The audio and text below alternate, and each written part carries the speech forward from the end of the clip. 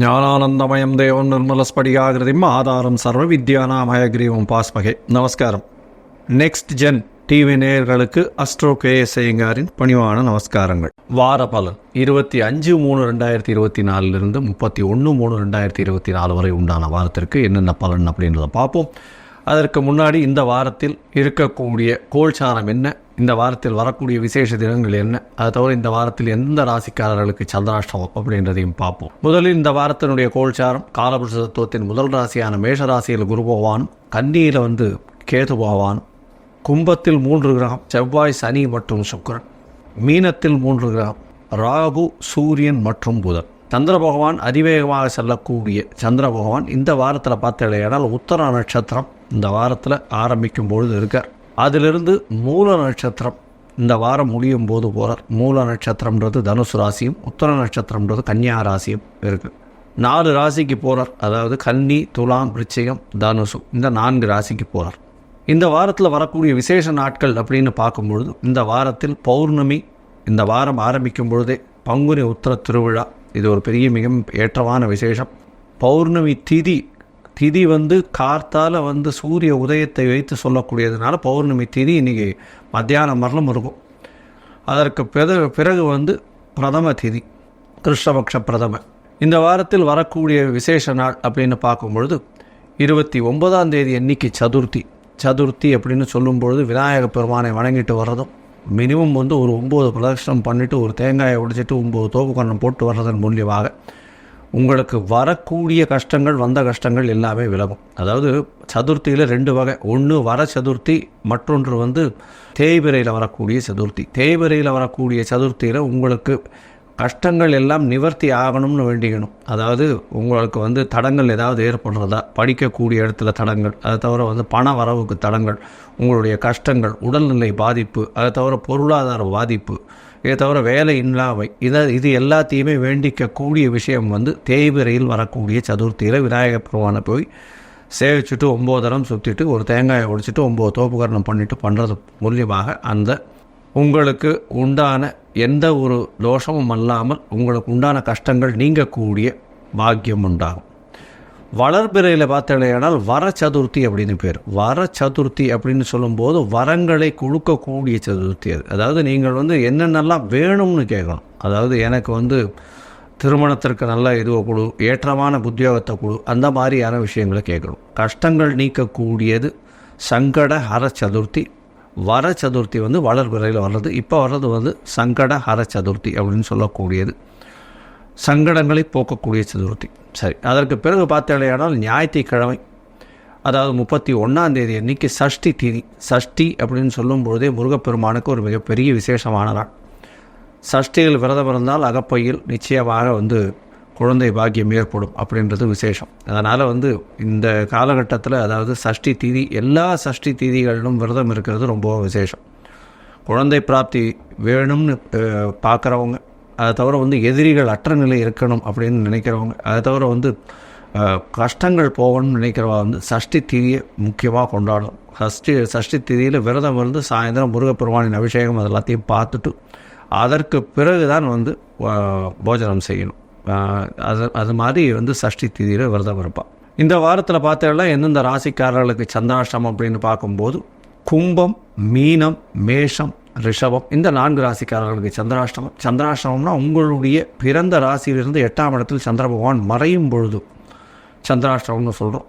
ஏன் சந்திராஷ்டமம் இவ்வளோ முக்கியத்துவம் பெறுறது அப்படின்னா, சந்திர பகவான் மதிகாரகன். அவன் மறைந்திருக்கக்கூடிய காலகட்டத்தில் தவறான முடிவுகள் எடுக்கக்கூடும். அதனால் புதிய முயற்சிகள் வேண்டாம், வெளியூர் வெளிவான பிரயாணம் வேண்டாம், தேவையற்ற யாருக்கு ஜாமீன் கையெழுத்து போடுறது, இந்த மாதிரியான விஷயங்கள் பண்ணாதீங்க. சரி, இந்த வாரத்தில் பார்த்தீங்கன்னா மேஷம் முதல் மீனம் வரை 25/3/2024 31/3/2024 வரை எப்படி இருக்குது அப்படின்றத பார்ப்போம். அதற்கு முன்னாடி என்னுடைய மொபைல் நம்பர் ஸ்க்ராலிங்கில் இருக்கோம். உங்களுக்கு அஸ்ட்ராலஜிக்கல் கன்சல்ட் தேவைப்பட்டதுன்னா நீங்கள் எனக்கு ஃபோன் பண்ணிவிட்டு ஃபோன் பண்ணுங்க, உங்களுக்கு அப்பாயின்மெண்ட் தரேன். உங்களுடைய date, time, place of birth, உங்களுடைய பெயர், உங்களுடைய தாய் தகப்பனார் பெயரை என்னுடைய வாட்ஸ்அப்பில் அனுப்பிச்சிங்கன்னா உங்களுடைய ஜாதகத்தை கணித்து சந்தி இருக்கான்றதை பார்க்கணும். முதல்ல நட்சத்திர சந்தி, பாத சந்தி, அதை தவிர லக்ன சந்தி, ஏதாவது சந்தி இருக்கா அப்படின்றத பார்த்து உங்களுடைய நட்சத்திரம் என்ன, உங்களுடைய ராசி என்ன, உங்களுடைய லக்னம் என்ன அப்படின்றத ஒழுங்காக குறித்து அதற்கு பிறகு உங்களுடைய தசாபுக்தி அந்தரம் சூக்ஷ்மம் எப்படி இருக்குன்றதை பார்த்து இன்றைய கோல்சார பிரகாரம் வந்து உங்களுக்கு என்னென்ன பிரச்சனைகள் இருக்குது, அதற்கு என்ன எளிய பரிகாரங்கள் செய்ய முடியும் அப்படின்றத கண்டிப்பாக சொல்கிறேன். சரி, இப்போ மேஷம் முதல் மீனம் வரை 25/3/2024 31/3/2004 வரலும் எப்படி இருக்குது அப்படின்றத பார்க்கலாம். துலா, சித்திரை, சுவாதி, விசாகம் இந்த 3 நட்சத்திரம் 9 பாதங்களை கொண்ட ராசி. ராசியின் அதிபதினு சொல்லக்கூடிய சுக்கிர பகவான் ராசிக்கு 5ஆம் இடத்துல கோணத்தில் இருக்கிறது பெரிய ஏற்றத்தை கொடுக்கும். திரிகோணாதிபதினு சொல்லக்கூடிய சனி பகவானும் ஆட்சி பெற்று மூல திரிகோண வீட்டில் இருக்கிறது பெரிய விசேஷம். துலா ராசிக்காரர்களாம் நல்ல ஏற்றமான காலம். திருமணத்திற்கு நல்ல யோகம் வந்தாச்சு. திருமணத்திற்கு பார்த்தாலும் சப்தமாதிபதியாக சப்தமத்தில் இருக்கக்கூடிய குரு பகவான் வந்து ஒரு நல்ல ஏற்றத்தை கொடுப்பார். சப்தமாதிபதியும் 5ஆம் இடத்துல இருக்கார். 7க்கு 11ஆம் இடம்னு சொல்லக்கூடியது காதல் வயப்படக்கூடிய காலகட்டமாக இருந்தாலும் சிறு சிறு பிரச்சனைக்கு பிறகு காதல் கைகூடக்கூடிய காலகட்டமாக இருக்கும். ஏன்னா 5-7 தொடர்பு இருக்குது. இதை தவிர பார்த்தாலேனா 11ஆம் இடத்தையும் பார்க்கக்கூடிய காலகட்டமாக இருக்கிறதுனாலையும் 11ஆம் அதிபதி அப்படின்னு சொல்லக்கூடியவர் 6ஆம் இடத்தில் மறைந்திருக்கக்கூடிய காலகட்டம் அப்படின்றதுனாலையும் கண்டிப்பாக திருமண யோகம் வரக்கூடிய வாய்ப்பு உண்டு. திருமணத்திற்கு காதலிக்கக்கூடிய வாய்ப்புகள் நிச்சயமாக உண்டு. அதாவது ஒருவரை ஒருவர் மனப்பூர்வமாக நேசிக்கக்கூடிய வாய்ப்புகள் மிகவும் அதிகமாக இருக்கக்கூடிய காலகட்டம். இந்த வாரத்தில் பார்த்தாலேயானால் உங்களுடைய ராசிக்கு 5ஆம் இடம் வலுத்து போகிறது. செவ்வாய், சனி மற்றும் சுக்கிர பகவான் 3 கிரகங்கள் ராசியின் அதிபதியே அங்கே போய் இருக்கிறதுனால நல்ல ஒரு ஏற்றம், பூர்வ புண்ணியம் நல்ல ஒரு ஏற்றத்தை கொடுக்கக்கூடிய காலகட்டம். நினைத்த காரியங்கள் நினைத்த இடத்தில் நடக்கக்கூடிய வாய்ப்புகள் உண்டு. நீங்கள் நினைத்தது எல்லாமே நிச்சயமாக கைகூடக்கூடிய காலகட்டமாக இருக்குது. உங்களுடைய ராசிக்கு பார்த்தாலும் உங்களுடைய ராசிக்கு 2ஆம் அதிபதினு சொல்லக்கூடியவரும் 5ஆம் இடத்துல இருக்கிறது பெரிய விசேஷம். உங்களுக்கு புதிய பதவி புகழ் அந்தஸ்து கௌரவம்லாம் வரக்கூடிய வாய்ப்புகள் நிச்சயமாக உண்டு. படிக்கக்கூடிய மாணவர்களுக்கு நல்ல ஒரு ஏற்றமான காலமாக இந்த வாரம் அமைய போகிறது. 9ஆம் அதிபதி அப்படின்னு சொல்லக்கூடிய புத பகவான் 6ஆம் இடத்துல நீச்சம் பெற்று இருக்கிறதுனால இந்த காலகட்டத்தில் சிறு சிறு பிரச்சனைகள் தந்தைக்கு வரக்கூடிய வாய்ப்புகள் உண்டு. உங்களுடைய ராசிக்கு 6ஆம் இடத்துல சூரியன், புதன் மற்றும் ராகு இருக்கிறதன் மூலியமாக பார்த்தாலேயானால் உங்களுடைய ராசிக்கு 6ஆம் இடத்துல சிறு சிறு பிரச்சனைகள் வரக்கூடிய தந்தைக்கு உடல்நிலையில் பிரச்சனைகள் இருக்கக்கூடிய காலகட்டம். ஏன்னா சூரிய பகவான் அங்கே இருக்கார். 9ஆம் அதிபதியும் அங்கேயே நீச்சம் பெற்று போயிருக்கிறதுனாலையும் ராகுவோட சம்பந்தம் தந்தையின் மூலியமாக தந்தைக்கு வந்து சிறு பிரச்சனைகள் வரக்கூடிய வாய்ப்பு, உடல் நலத்திலும் சரி பொருள் நலத்திலும் சரி வரக்கூடிய வாய்ப்புகள் உண்டு. உங்களுடைய ராசிக்கு பார்த்தாலேனா 12ஆம் இடத்துல இருக்கக்கூடிய கேது வந்து உங்களுக்கு ஒரு பெரிய ஏற்றத்தை கொடுப்பார். உங்கள் சொந்த ஊரில் இல்லைன்னா உங்கள் ஊர் உங்களுடைய கிராமத்தில் இருக்கக்கூடிய ஒரு யோகிகள் அந்த மாதிரியான இடத்துக்கு போயிட்டு வரக்கூடிய வாய்ப்புகள் நிச்சயமாக உண்டு. இந்த வாரத்தில் பார்த்தீங்கன்னா அதிவேகமாக செல்லக்கூடிய கிரகமான சந்திர பகவான் உங்களுடைய ராசிக்கு 10ஆம் அதிபதி அப்படின்னு சொல்லக்கூடியவர் உங்களுடைய ராசிக்கு 12ஆம் இடத்துல ஆரம்பிக்கிறார். அதாவது 25/3/2024 31/3/2024 வரை உண்டான வாரத்தில் 25ஆம் தேதியிலிருந்து 27ஆம் தேதி கார்த்தால ஒரு 3:30 மணி வரலும் சந்திர பகவான் உங்களுடைய ராசிக்கு 12ஆம் இடத்துல இருக்க கேதுவோட சம்பந்தத்தில் இருக்கிறதால கொஞ்சம் வந்து தூக்கமின்மை அப்படின்றது வரக்கூடிய வாய்ப்பு உண்டு.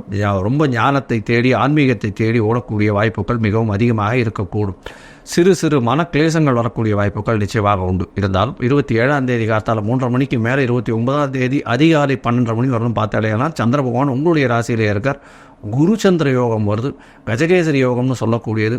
மனசில் வந்து ரொம்ப கட்டுப்பாடு வரும், சுய ஒழுக்கம் ரொம்ப அதிகமாக இருக்கும். எந்த ஒரு விஷயத்தையும் எடுத்து செய்யக்கூடிய தீர்க்கமான முடிவுகள் எடுப்பீங்க. வெற்றி நிச்சயமாக உங்களுக்கு கிடைக்கக்கூடிய பாக்கியம் நிச்சயமாக உண்டு. உங்களுடைய ராசிக்கு பார்த்தோம்னா 3ஆம் இடத்துல சந்திர பகவான் போகிறார். 29 அதிகாலை ஒரு 12:30 மணியிலிருந்து 31ஆம் தேதி மாலை ஒரு 7:30 மணி வரலும் இருக்கக்கூடிய காலகட்டம். இந்த காலகட்டத்தில் பார்த்தேனால் சந்திர பகவான் உங்களுடைய ராசிக்கு 2ஆம் இடத்துல நீச்சப்பட்டு போகிறார். 10ஆம் அதிபதி 2ஆம் இடத்துல நீச்சப்பட்டு போகிறதுனால தொழிலில் வந்து சிறு சிறு பிரச்சனைகள் இருந்தாலும் அது வெற்றிகரமாக முடியும். ஏன்னா 2ஆம் இடத்து அதிபதியும் வந்து 5ஆம் இடத்துல வந்து சுக்கிர பகவான் உங்களுடைய ராசியின் அதிபதியோடு சேர்ந்து இருக்கிறதுனால நிச்சயமாக வெற்றி அடையக்கூடிய காலகட்டமாக இந்த வாரம் அமையிறது. இந்த வாரத்தில் பார்த்தாலேயானால் பணவரவிற்கு பஞ்சம் இருக்காது. படிக்கக்கூடிய மாணவ மாணவர்களுக்கு நல்ல ஒரு ஏற்றம், போட்டித் தேர்வில் நிச்சயமாக வெற்றி பெறக்கூடிய வாய்ப்பு உண்டு. துலா ராசிக்காரர்கள் அதுவும் வந்து பார்த்தாலும் இந்த காம்படிட்டிவ் எக்ஸாம்ஸில் நிச்சயமாக இந்த வாட்டி வின் பண்ணியே தருவாங்க. இந்த வாரத்தில் பார்த்தாலேயானால் துலா ராசிக்காரர்களுக்கு அதுவும் வந்து இந்த பின்னலாடை, அது தவிர கார்மெண்ட் இண்டஸ்ட்ரி, பால் பதனிடும் தொழில்கள், பால் உடைய அடிஷ்னல் ப்ராடக்ட்ஸ்ன்னு சொல்லக்கூடிய ஐஸ்கிரீம், இந்த மாதிரியான குளிர் சாதனத்தில் வச்சு, ஏன்னா சனி பகவானோட சேர்ந்து சுக்கிரன் இருக்கிறதுனால குளிர் சாதனத்தை வைத்து இருக்கக்கூடிய விஷயங்கள், இதெல்லாம் வந்து ஒரு பெரிய ஏற்றத்தை கிடைக்கும். இந்த வாரத்தில் பார்த்தாலேயானால் உங்களுடைய ராசிக்கு கலைத்துறையில் இருக்கிறவர்களுக்கு பெரிய ஏற்றம் கிடைக்கக்கூடிய காலகட்டமாக இருக்கும். அது தவிர பொற்கொள்ளர்களுக்கு ஒரு பெரிய ஏற்றம் கிடைக்கும். வைர வியாபாரிகளுக்கு ஒரு பெரிய ஏற்றம் கிடைக்கக்கூடிய காலகட்டமாக இருக்கும்.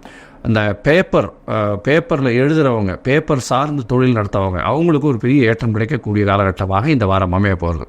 இந்த வாரத்தில் பொதுவாகவே இந்த துளாராசிக்காரர்கள் நல்ல ஏற்றமான வாரம். நீங்கள் வந்து அருகில் இருக்கக்கூடிய ரங்கநாத பெருமாளை போய் சேவிச்சுட்டு வாங்க. உங்களுக்கு வந்து ஒரு பெரிய ஏற்றம் கிடைக்கும். தாமரை புஷ்பம் வாங்கி கொண்டு போய் போட்டு வாங்க, அங்கே தாயாருக்கு கொடுத்துட்டு வாங்க. அதை தவிர வந்து உங்களால் முடிஞ்சது பாலோ இல்லைன்னா பாதாம் பருப்போ கொண்டு போய் சமர்ப்பிச்சுட்டு வாங்க. உங்களுக்கு நிச்சயமான வெற்றி காத்திருக்கு.